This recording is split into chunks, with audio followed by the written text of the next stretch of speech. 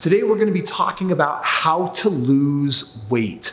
And I'm going to be taking a super different approach than what you might expect. You're like, Kris, this is a financial channel and you do some financial psychology. Why are we talking about losing weight? I'm going to tell you right now that when a person is overweight, it undermines your personal confidence and it undermines the way that you believe in yourself, your self-belief, which, believe me, it has an impact on your pocketbook. So I have an interest in making a video that can help you figure out how to permanently lose that weight. I think you're going to enjoy what the formula looks like. 'Cause we're gonna be legends. What we're doing here ain't just scary.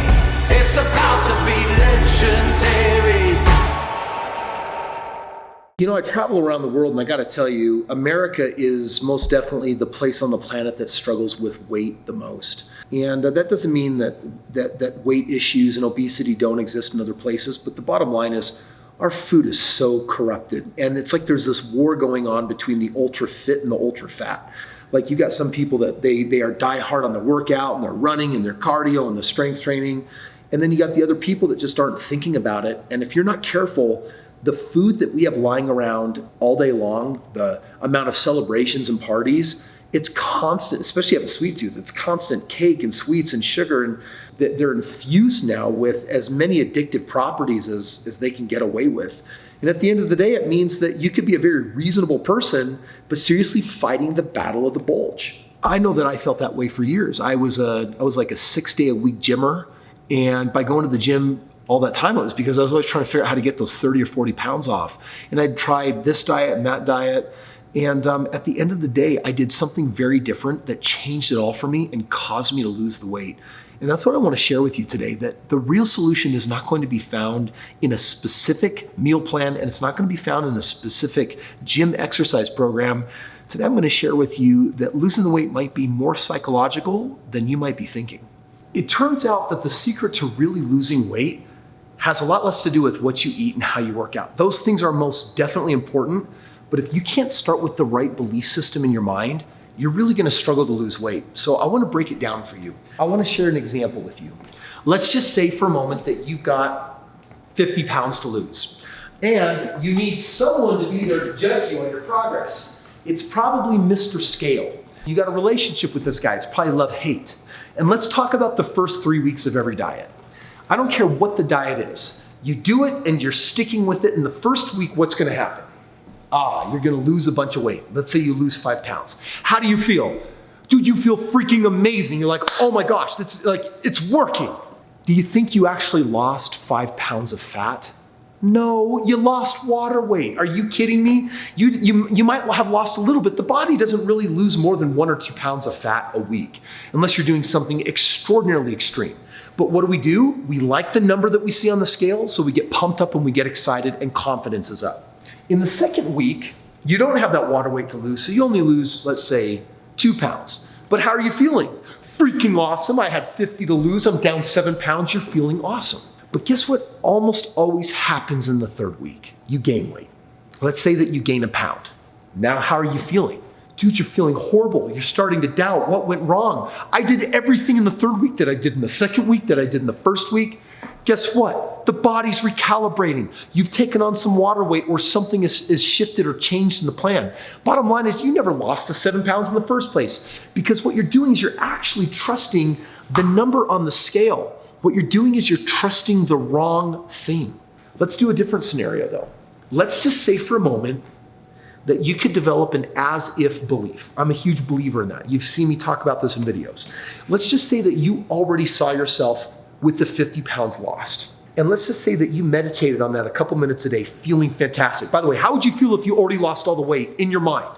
You would feel just as excited as you are in real life. So you're pumped. Well, this time, week goes by, you get on the scale, you lost 5 pounds. But instead of seeing the scale 5 pounds down, what are you celebrating? Not that you lost 5 pounds, that you've lost 50 pounds, because in your mind you're saying, I'm living as if I've already done it. The next week, the scale says you lost 2 pounds. But in your mind, you've lost all 50. So how are you feeling? You're feeling freaking top of the world. You did it. You accomplished your goal. You're feeling amazing. The third week, you gain a pound. But in your mind, you've lost the 50 pounds. You're celebrating. You're feeling good. Listen, here's the reality. If you listen to the scale, you're going to get off your diet because you're going to lose confidence, because you're not always going to lose weight, and certainly not as rapidly as you would like. And people get discouraged and then they bum out. And what they're doing is they're developing a habit that says, I can do a diet for 3 weeks and then I fall off the bandwagon. Now, your pattern might be different. For you, it might be 6 weeks, or it might be 5 weeks, or it might be 1 week. But here's what I want you to understand. If you can't actually cultivate the self-belief that allows you to celebrate your result as if you've already achieved it, then you're screwed, because the scale is going to go up and down on the journey to losing all of that weight. And whether it takes you 2 years, or whether it takes you 2 months, it's a journey, and it's not going to be always consistently lose. That's not reality. The body doesn't work that way. Your body morphs and changes and shrinks in a certain dynamic, and at some point it's doing something with muscle, at some point it's doing something with fat, and it's doing something with water, and you can't tell the entire story by a scale. So I will tell you what I recommend by way of diet and eating and exercise, but before I do, here's what I really want you to understand. I don't even care what the diet is, they all work. The question is, can you stick with it? And whether you stick with it comes down not to discipline alone. It comes down to self-belief. It comes down to an inner conviction that you're willing to stick with something no matter what, through the highs and lows. Otherwise, you have a conditional relationship. You're saying, if I lose weight, I'll use this tool. If I gain weight, I won't use this tool. But I'm telling you, every diet consists of mostly losing, but sometimes gaining. And if that erodes your confidence, then you're not going to stick with it, and you're going to feel bad. And then what you really do is you're cultivating the habit of trying and failing unnecessarily, when what you really need to cultivate is I try and then I stick with it.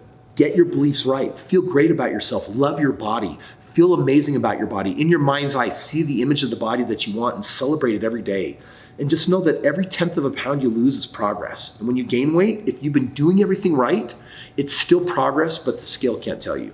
At some point in my journey, I did like a bodybuilding contest. And one of the things that I learned, you have to do all of the measurements to know how you're gaining muscle, how you're affecting your fats and your water. And unless you measure all three, at some point the scale is just inaccurate and can only get you frustrated and angry as heck. Get the right mindset, believe in yourself, feel good about yourself. And with that, let me share with you just a couple of last tricks. Number one, I have found of all the things that I try that I really enjoy that is super effective and works is I'm a fan of the keto diet. Mostly because I love proteins and I like to sustain the muscle on my body. And number two is I'll combine it with intermittent fasting, which means every day at the same time I have a 6-hour window for eating. I don't eat in the morning. I don't eat till noon, and then I finish my last food at 6. And as long as I stick with keto or whatever you want in that zone, trust me, being in ketosis and having the intermittent fasting window open, dude, you're covered. You're gonna be in good shape and you're gonna get really awesome results. But for me, the other thing is, besides the eating, you gotta make time to go to the gym. And you actually need to put on 10 pounds of muscle.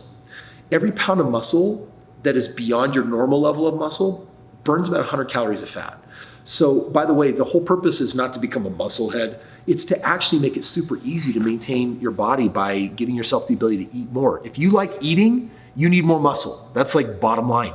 So put on 10 pounds and that can equate to an extra 1,000 calories a day that you can consume without having any negative side effects on your body. Thank you for watching today's video. At the end, it came down to your belief system. This book, Limitless, Reclaim Your Power, Unleash Your Potential, Transform Your Life, it's masterfully written on how you actually go about altering your beliefs in your head.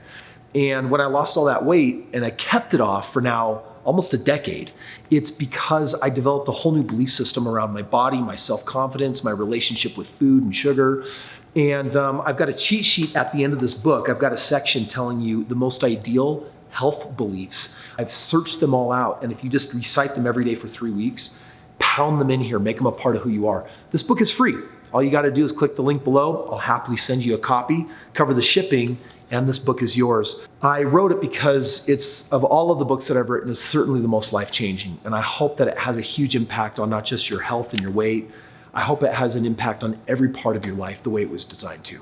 Thanks for watching today. Make sure you're a subscriber. Great videos coming along. And if you know someone else that would appreciate this video, will you do me a favor? Share it with them. Help spread the word. And I'll look forward to seeing you on tomorrow's video.